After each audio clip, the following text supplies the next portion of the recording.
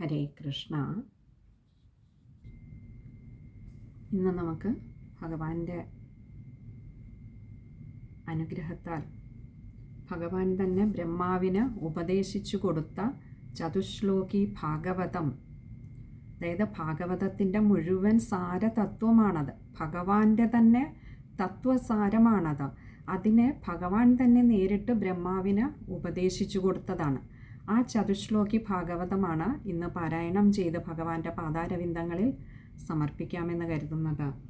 നമുക്കറിയാം, ബ്രഹ്മാവിനോട് സൃഷ്ടികർമ്മം ചെയ്യുവാൻ ഭഗവാൻ തന്നെ നിർദ്ദേശിച്ചെങ്കിലും ബ്രഹ്മാവിന് ആ സൃഷ്ടി എങ്ങനെ ചെയ്യണമെന്ന് എത്ര ആലോചിച്ചിട്ടും മനസ്സിലാകാതെ വന്നപ്പോൾ, അത് പൂർണ്ണമായി ഗ്രഹിക്കാതെ വന്നപ്പോൾ 1000 വർഷം തൻ്റെ എല്ലാ പ്രാണങ്ങളും ഇന്ദ്രിയങ്ങളും മനസ്സും ഒക്കെ അടക്കി ഈ ലോകം നന്നായി തപിക്കത്തക്കവണ്ണം തന്നെയാണ് ബ്രഹ്മാവ് തപസ് ചെയ്യുന്നത്. ആ തപസ്സിൽ സന്തുഷ്ടനായിട്ട്, ആ നിഷ്കപടമായിട്ടുള്ള തപസ്സിൽ, ബ്രഹ്മാവിൻ്റെ തപസ്സിൽ സന്തുഷ്ടനായിട്ട് ഭഗവാൻ പ്രത്യക്ഷപ്പെടുകയാണ് ബ്രഹ്മാവിൻ്റെ മുൻപിൽ.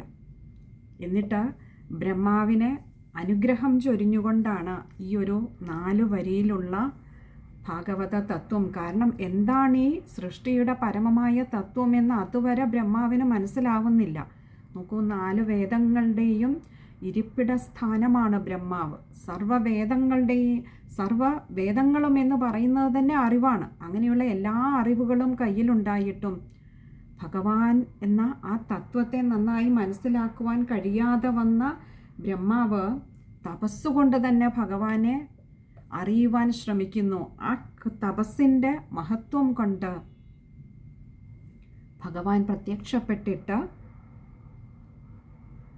ആ ദീർഘ തപസ്സിനുള്ള ഒരു ഭഗവാന്റെ അനുഗ്രഹം എന്നോണമാണ് സന്തുഷ്ടനായ ഭഗവാൻ സർവഭൂതങ്ങളുടെയും ഉള്ളിൽ കുടികൊള്ളുന്നതായിട്ടുള്ള, സർവഭൂതങ്ങളെയും നിലനിർത്തുന്നതായിട്ടുള്ള, യാതൊന്നിലാണോ ആ സർവഭൂതങ്ങളും നിലനിൽക്കുന്നത്, യാതൊന്നു മൂലമാണോ നിലനിൽക്കുന്നത്, യാതൊന്നിലാണോ ഒടുവിൽ പോയി ലയിച്ചു ചേരുന്നത്, ആ തത്വത്തെ ഭഗവാൻ അങ്ങോട്ട് ബ്രഹ്മാവിന് പറഞ്ഞു കൊടുക്കുന്നത്. ഇവിടെ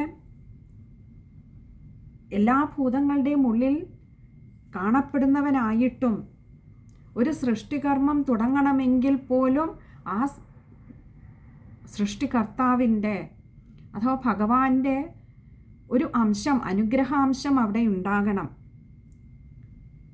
ഈ പല രൂപത്തിലും ഭാവത്തിലും കാണുന്ന ഭഗവാന്റെ വിവിധ സൃഷ്ടി രൂപങ്ങളിലും കുടികൊള്ളുന്നത് ഭഗവാനാണ്. ആ സൃഷ്ടി ചെയ്യണമെങ്കിലും ഭഗവാൻ വേണമെന്നിരിക്കെ ഭഗവാൻ എന്ന തത്വത്തെ മനസ്സിലാക്കുക എന്നുള്ളത് ബ്രഹ്മാവിന് കഴിയാതെ പോയി. അതത്ര എളുപ്പമല്ല അത് ഗ്രഹിക്കുക എന്ന് ബ്രഹ്മാവ് തിരിച്ചറിഞ്ഞു.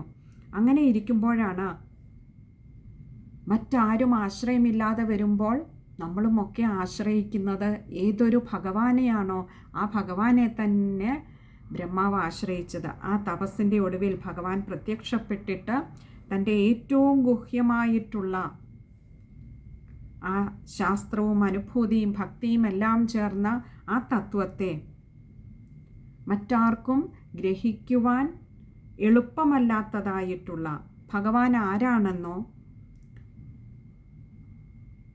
അല്ലെങ്കിൽ ആ ഭഗവാന്റെ സത്തയും രൂപവും കർമ്മവും ഗുണങ്ങളും ഒക്കെ എന്താണെന്നോ അത് ഗ്രഹിക്കുക ബുദ്ധിമുട്ടാണ്. അതിന് ഭഗവാന്റെ അനുഗ്രഹം ഉണ്ടെങ്കിൽ മാത്രമേ അത് ലഭിക്കുകയുള്ളൂ. ഇവിടെ അതിന് ഭഗവാൻ ആ ദീർഘതപസ്സിൽ, ബ്രഹ്മാവിൻ്റെ ദീർഘതപസ്സിൽ സന്തുഷ്ടനായിട്ട് ബ്രഹ്മാവിന് ഉപദേശിച്ചു കൊടുക്കുന്നതാണ് സന്ദർഭം. നമുക്ക് ദ്വിതീയ സ്കന്ധത്തിലെ 2ാമത്തെ സ്കന്ധത്തിലെ 9ാമത്തെ അധ്യായത്തിലെ 32 മുതൽ 35 വരെയുള്ള ശ്ലോകങ്ങളാണ് ചതുശ്ലോകി ഭാഗവതം എന്ന പേരിൽ അറിയപ്പെടുന്നത്. ഒടുവിൽ 36ാമത്തെ ശ്ലോകത്തിൽ ഭഗവാൻ അതിനെ മറ്റുള്ളവരിലേക്ക് എങ്ങനെ എത്തിക്കാം, ബ്രഹ്മാവിൽ ഒതുക്കുകയല്ല ചെയ്തത്. തൻ്റെ തത്വം വരുന്ന സൃഷ്ടികളിൽ, ബ്രഹ്മാവിലൂടെ ചെയ്യപ്പെടുന്ന സൃഷ്ടികളിലേക്ക് അതിന് യോഗ്യരായിട്ടുള്ളവരിലേക്ക് അത് എത്തിച്ചേരുക തന്നെ വേണമെന്ന് ഭഗവാൻ നിശ്ചയിച്ചിട്ട് അതിനൊരു അനുഗ്രഹവും കൂടി കൊടുത്തു. അപ്പോൾ ബ്രഹ്മാവിൽ നിന്ന് വന്ന എല്ലാ സൃഷ്ടികൾക്കും ഗുണങ്ങൾ ഒരുപോലെ ആയിരുന്നില്ല എന്ന് നമുക്ക് മനസ്സിലാക്കാം. അതിൽ സാത്വിക ഭാവമേറെ ഉണ്ടായിരുന്ന ചില ജന്മങ്ങൾക്ക്, ചില സുഹൃത്തികളിലേക്ക് ബ്രഹ്മാവ് അത് പകർന്നു കൊടുക്കുന്നതും നമുക്ക് പിന്നീട് കാണാവുന്നതാണ്. ഇവിടെ ഭഗവാൻ ബ്രഹ്മാവിന് ഉപദേശിച്ചു കൊടുത്ത ആ ചതുശ്ലോകി ഭാഗവതത്തിൻ്റെ ആ 4 ശ്ലോകങ്ങളാണ് നമ്മളിന്ന് പാരായണം ചെയ്യുന്ന. അതിൻ്റെ ഒരു സാമാന്യേനയുള്ള അർത്ഥം എന്ന് പറഞ്ഞാൽ, ഇവിടെ ഭഗവാൻ പറയുന്നത് അന്യമായിട്ടുള്ള സൽപരങ്ങളായിട്ട് ആദ്യം ഞാൻ മാത്രമേ ഉണ്ടായിരുന്നുള്ളൂ. എന്നാൽ ഇനി ഇതെല്ലാം കഴിഞ്ഞാലും ഇതിനു പിൻപും ഉണ്ടാവുന്നത് ഞാൻ തന്നെയാണ്. ശേഷിക്കുന്നതും തുടക്കത്തിലുണ്ടായിരുന്നതും മധ്യത്തിൽ നിലനിൽക്കുന്നതും ഞാൻ മാത്രമാണ്. ജലത്തിൽ ആകാശമണ്ഡലം പോലെ എല്ലാ വസ്തുവിലും ഞാൻ പ്രതിബിംബിക്കുന്നുണ്ട്. പക്ഷെ അത് കണ്ടാൽ മായയാണ്, എൻ്റെ മായയാണ് എന്ന് മനസ്സിലാക്കുവാൻ കഴിയുകയില്ല അജ്ഞാനികൾക്ക്, എന്നിൽ ഭക്തിയില്ലാത്തവർക്ക്. കാരണം എൻ്റെ മായ രാഹുവിനെ പോലെ മറയ്ക്കുകയാണ് ആ തത്വത്തെ. പിന്നെ അടുത്തതായി പറഞ്ഞു കൊടുത്തത്, വലുതായിട്ടും ചെറുതായിട്ടും എല്ലാ സൃഷ്ടികളിലും പഞ്ചഭൂതങ്ങൾ എന്ന പോലെ ഉൾപ്പെട്ടും ഉൾപ്പെടാതെയും ഞാൻ നിലനിൽക്കുന്നു. എന്നാൽ ഞാൻ എങ്ങുമില്ല താനും. നമുക്കൊക്കെ ഗ്രഹിക്കുവാൻ വളരെ ബുദ്ധിമുട്ടാണ് എന്ന് തോന്നാം. നന്നായി മനനം ചെയ്താൽ മാത്രമേ ഇതിൻ്റെ പൊരുളൊക്കെ നമുക്ക് മനസ്സിലാവുകയുള്ളൂ. ഈ പൊരുളൊക്കെ അറിയുന്നവർ അല്ലെങ്കിൽ ആരാഞ്ഞിടുന്നവർ അറിയേണ്ടതൊന്നു മാത്രമേ ഉള്ളൂ. എന്താ? കൂടിച്ചേർന്നും വേർപിരിഞ്ഞും എങ്ങും എപ്പോഴും ഞാനുണ്ട്. ഇങ്ങനെ 4 വരികളിലായിട്ട് ആ തത്വത്തെ പൂർണ്ണമായിട്ടും ബ്രഹ്മാവിന് ഉപദേശിച്ചു കൊടുത്തിട്ട് പറഞ്ഞു, മനസ്സ് എന്നിൽ തന്നെ ഉറപ്പിച്ചുകൊണ്ട്, അല്ലയോ ബ്രഹ്മാവെ, അങ്ങയുടെ ഈ ഒരു ഇംഗിതം, ആ സൃഷ്ടികർമ്മം നടപ്പിലാക്കുക. ബ്രഹ്മാവ് ആവശ്യപ്പെട്ടതുപോലെ തന്നെ ഭഗവാനോട് അപേക്ഷിച്ചത് ഒന്നേ ഉണ്ടായിരുന്നുള്ളൂ. ഈ കൽപ്പവികൽപ്പങ്ങളൊക്കെ പിന്നീട് ഒരിക്കലും മോഹിപ്പിക്കായ വേണമേ എന്ന് ഭഗവാൻ അതിനുമുള്ള അനുഗ്രഹം കൊടുത്തതിന് ശേഷമാണ് ബ്രഹ്മാവിൻ്റെ സമീപത്തു നിന്നും ഭഗവാൻ മറഞ്ഞത്. ഇനി നമുക്ക് ഇത് സാമാന്യേനയുള്ള ഒരു അർത്ഥം നമ്മൾ പറഞ്ഞു എന്നേ ഉള്ളൂ. ഇനി നമുക്ക് 4 ശ്ലോകങ്ങളാണ്. ആ 4 ശ്ലോകങ്ങളുടെയും ഒരു പൊതുവായ അർത്ഥം പറഞ്ഞതാണ്. നമുക്ക് ആ ശ്ലോകങ്ങൾ പാരായണം ചെയ്ത് ഭഗവാന്റെ പാതാരവിന്ദങ്ങളിൽ സമർപ്പിക്കാം. ഓം നമോ ഭഗവതേ വാസുദേവായ. ഓം ശ്രീകൃഷ്ണ പരമാത്മനേ നമഃ. ദ്വിതീയ സ്കന്ധം അധ്യായം 9 ശ്ലോകം 32 മുതൽ 36 വരെയുള്ളത് നമ്മൾ പാരായണം ചെയ്യുന്നുണ്ട്. 35 വരെയുള്ളതാണ് ആ ഭാഗവത തത്വം എന്ന് പറയുന്നത്. 36ാമത്തേത് ഭഗവാൻ അതിന് കൊടുക്കുന്ന ഒരു അനുഗ്രഹമാണ് ബ്രഹ്മാവിന്. ആ അനുഗ്രഹ വാക്കുകളിലൂടെ തന്നെ നമുക്ക് ഈ പാരായണം നിർത്താമെന്ന് കരുതിയിട്ടാണ് 36 കൂടി ചേർത്ത് വായിക്കുന്നത്. 32ാമത്തെ ശ്ലോകം മുതൽ പാരായണം ചെയ്ത് ഭഗവാന്റെ പാതാരവിന്ദങ്ങളിൽ സമർപ്പിക്കാം.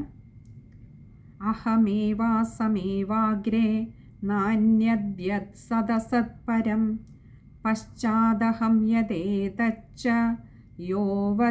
യോവശിഷ്യേതസോസ്മ്യഹം ഹൃദേർത്ഥം യത് പ്രതീയേത ന പ്രതീയേത ചാത്മനി തദ്വിദ്യാദാത്മനോ മായാം യഥാഭാസോ യഥാ തമഃ യഥാ മഹാന്തി ഭൂതാനി ഭൂതേഷു ചാവചേഷ്വനു പ്രവിഷ്ടാന്യപ്രവിഷ്ടാനി തഥാ തേഷു ന തേഷ്വഹം ഏതാവദേവ ജിജ്ഞാസ്യം തത്വജിജ്ഞാസുനാത്മനഃ അന്വയവ്യതിരേകാഭ്യാം യത് സ്യാത് സർവത്ര സർവദാ.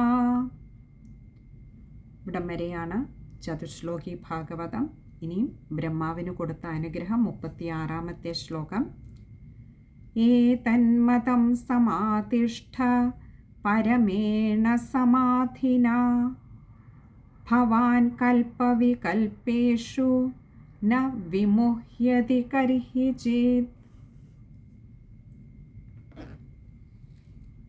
ഈ ശ്ലോകത്തിൻ്റെ ഈ 4 ശ്ലോകങ്ങൾ 32 മുതൽ 36 വരെയുള്ള ശ്ലോകങ്ങൾ നമ്മൾ പറഞ്ഞു. ഈ 4 ശ്ലോകങ്ങൾ 32 മുതൽ 35 വരെയുള്ള ശ്ലോകങ്ങൾ ചതുശ്ലോകി ഭാഗവതം എന്നറിയപ്പെടുന്നു എന്ന് പറഞ്ഞു. ഈ ശ്ലോകങ്ങളെ നന്നായി മനസ്സിരുത്തി നിത്യവും പാരായണം ചെയ്ത് മനനം ചെയ്യാൻ ശ്രമിച്ചാൽ തന്നെ നമുക്ക് ഈ മായയുടെ പിടിയിൽ നിന്ന് രക്ഷപ്പെടാനും ഭഗവാന്റെ ആ തത്വത്തെ ഉള്ളിൽ ഉറയ്ക്കുവാനും ഭഗവാന്റെ കൃപയുണ്ടാകും. ഭഗവാൻ ബ്രഹ്മാവിനോട് പറഞ്ഞതും ഒടുവിൽ ഈ ഒരു അനുഗ്രഹമാണ്. ഇത് നന്നായി മനസ്സിരുത്തി മനനം ചെയ്ത് എന്നിൽ തന്നെ മനസ്സ് വെച്ചുകൊണ്ട് അങ്ങയുടെ കർമ്മങ്ങൾ ചെയ്യുക. കർമ്മങ്ങൾ ചെയ്യാതെ ഇരിക്കാനല്ല പറഞ്ഞത്, അങ്ങയിൽ നിക്ഷിപ്തമായിട്ടുള്ള ആ സൃഷ്ടികർമ്മം ചെയ്യുക, മനസ്സ് എന്നിൽ അർപ്പിക്കുക. ഈ ഭാഗവത തത്വവിചാരത്തെ നന്നായി മനനം ചെയ്ത് മനസ്സിലാക്കിക്കൊണ്ട് ഇത് ചെയ്താൽ അങ്ങയെ ആ മായ പിടികൂടുകയില്ല എന്ന് ഭഗവാൻ ബ്രഹ്മാവിന് അനുഗ്രഹം കൊടുത്തു. ഇതുപോലെ മായയുടെ പിടിയിൽ നിന്ന് രക്ഷപ്പെടുവാനും ഭഗവാനെ ഗ്രഹിക്കുവാൻ അതിപ്രയാസമായിട്ടുള്ള അതിനിഗൂഢമായിട്ടുള്ള അങ്ങയുടെ ആ തത്വത്തെ ഒന്നറിയുവാൻ ശ്രമിക്കാനെങ്കിലും മനനം ചെയ്ത് അങ്ങയിലേക്ക് അടുക്കുവാനെങ്കിലും അങ്ങയുടെ ഭക്തർക്ക് അവിടുത്തെ അനുഗ്രഹമുണ്ടാകണമേ, മായയുടെ പിടിയിൽ നിന്നും മോചിപ്പിക്കണമേ എന്ന് പ്രാർത്ഥിച്ചുകൊണ്ട് ഈ ചതുശ്ലോകി ഭാഗവതത്തെ നമുക്ക് ഭഗവാന്റെ പാതാരവിന്ദങ്ങളിൽ സമർപ്പിക്കാം. സർവത്ര ഗോവിന്ദനാമ സങ്കീർത്തനം. ഗോവിന്ദ ഹരി ഗോവിന്ദ.